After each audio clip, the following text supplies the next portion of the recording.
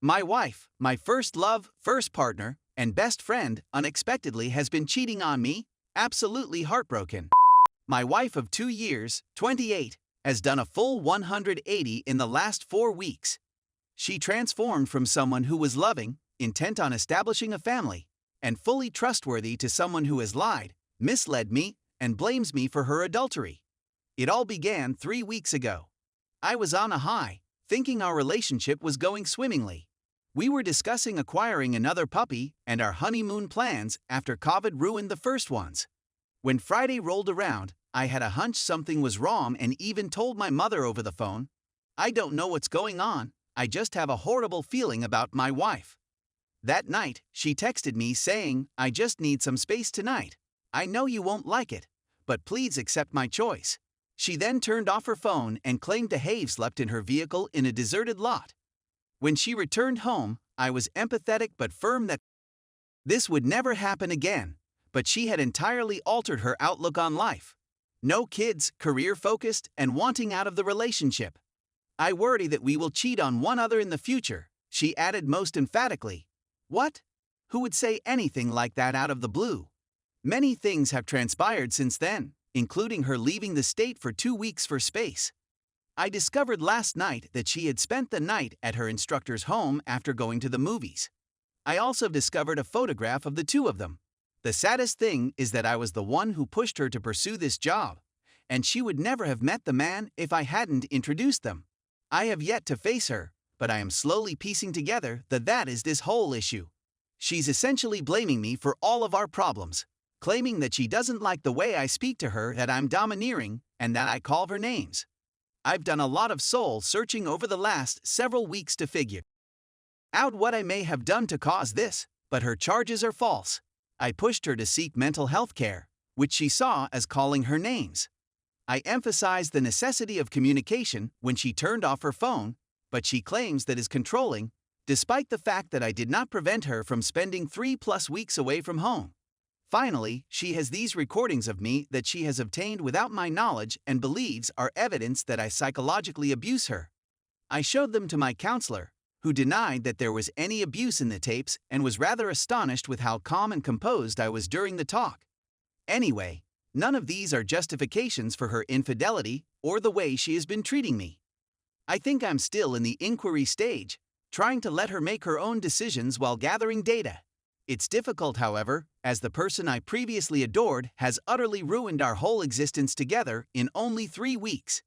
I'm at a loss for words as to how I feel right now. I have a fantastic support system and loving parents, but I now know what heartache feels like, and I never want to feel this way again.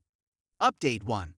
I had a very difficult weekend, and it was difficult to be alone and without family to help me recover, but I had some nice phone chats with friends and family who were all really furious at her self-attacks. I've lost about 10 pounds, I'm having trouble eating, and it's difficult to get out of bed in the mornings. However, I keep myself occupied by working out and spending a lot of time with my dog. The first time I genuinely sobbed was when she asked what we should do with our dog. He's been my one solace throughout it all, and I can't bear the thought of him being with her. One thing that really helped was seeing folks who were angrier than me when I informed them about the affair. Overall, I'm doing fine, and I recognize that it's all part of the grieving process. It helps to remember that I respect myself, that it's not my fault, and that I shouldn't compare myself to the other man. She is returning home with her parents this week to remove her belongings from the house. She already said she wants out of the marriage. I do too. I still haven't confronted her about the affair, and I'm racing my brain for the right words and the right location to tell them. Is it okay for me to do it in front of her parents? Do I do it only with her? Do I pour my heart, or do I just respond, "I know what you're doing"? It is ultimately up to me and my choice, but what has worked and what has not worked in the past for everyone here? Update 2. The change has occurred.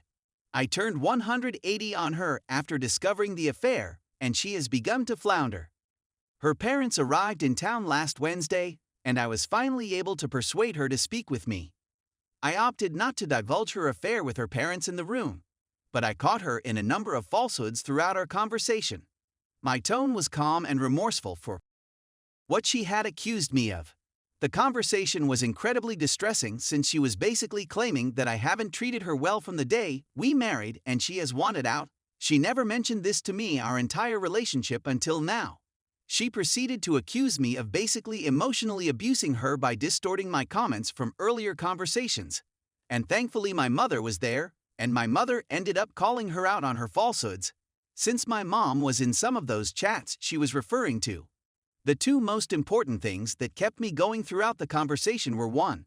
Not anticipating any type of reconciliation or regret. 2.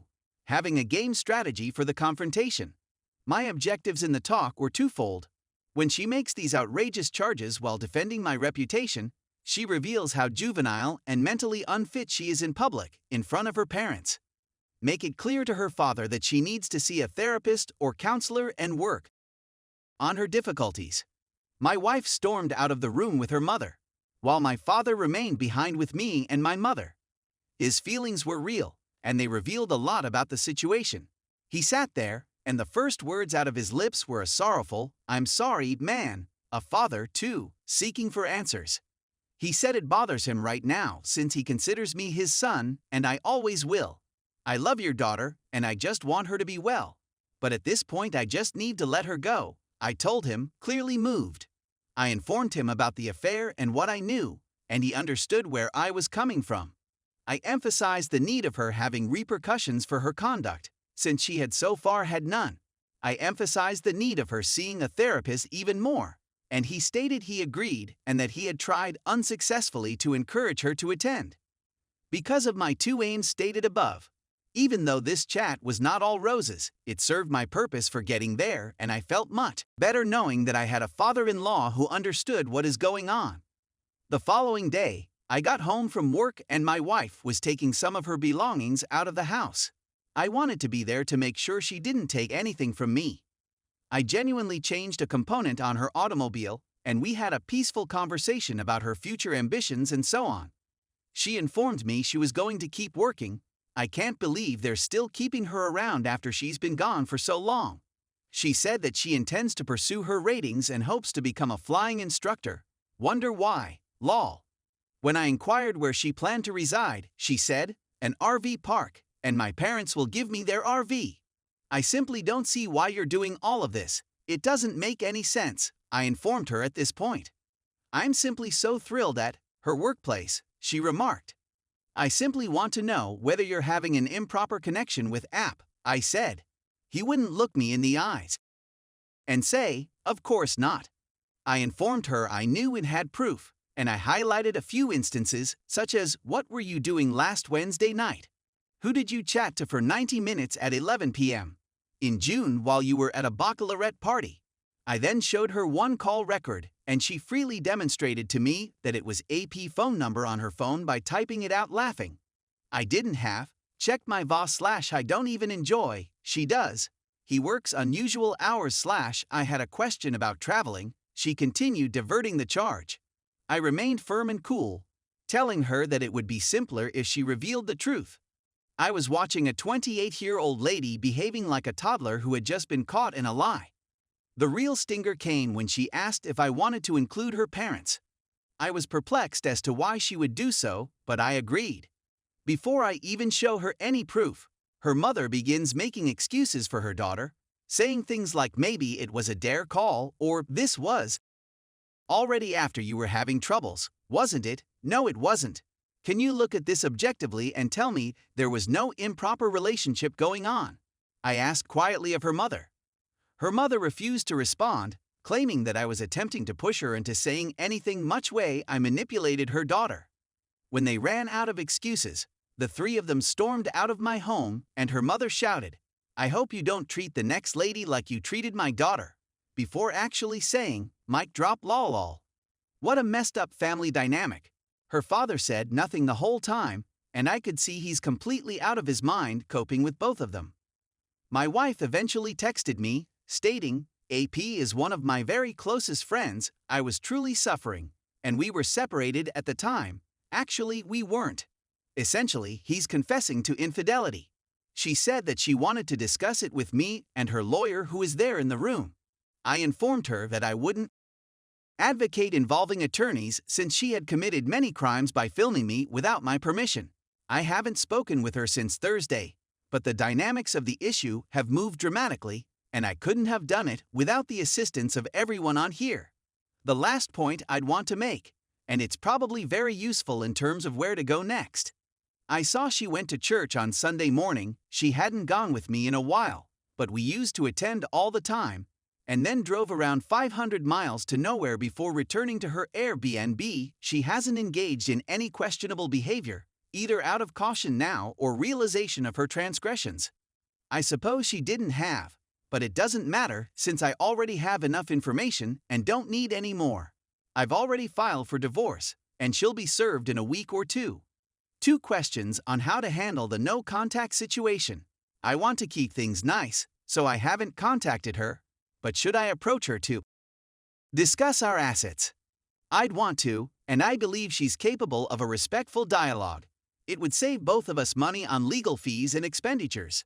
If you've read any of my earlier postings, you'll see that I believe she has a mental illness, since she's been through a number of significant traumas in the past. How can I seek her assistance while simultaneously protecting myself if she eventually apologizes or changes her behavior? She presently receives healthcare via my employment. If she loses it, she would be without healthcare. Update 3. I haven't heard from my SDBXW since about Thursday, August 5th, basically 2 weeks. She has been served with divorce papers and has reacted via her lawyer since this time. However, she attempted to call me yesterday to inform me that she knew how I found out about the affair.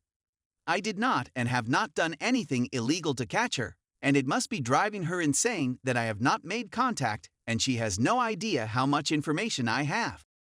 She then threatened me, claiming that if I didn't tell her, she'd contact the cops or my commander. I'm in the military. This is a hollow threat since I have nothing to conceal and I am well aware of it. However, I am scared that she will discuss this since I do not want this malevolent individual to have an impact on my career. I called my lawyer and will call him later today to discuss the next steps. She wrote another message this morning requesting for $1,000 in spousal support as well. I believe she is attempting to frighten me into giving her money, but I know she has a job and is presently being paid. I also know she is living at the home of the guy with whom she cheated on me. Anyway, I'm holding out. Gray rock where touch is required, no contact everywhere else. I believe she is a psychopath who has no remorse for what she done and is furious that she has been caught in several falsehoods. It might also be the grieving process's fury stage. All of this helps me forget about her quicker and realize I'm better off without her.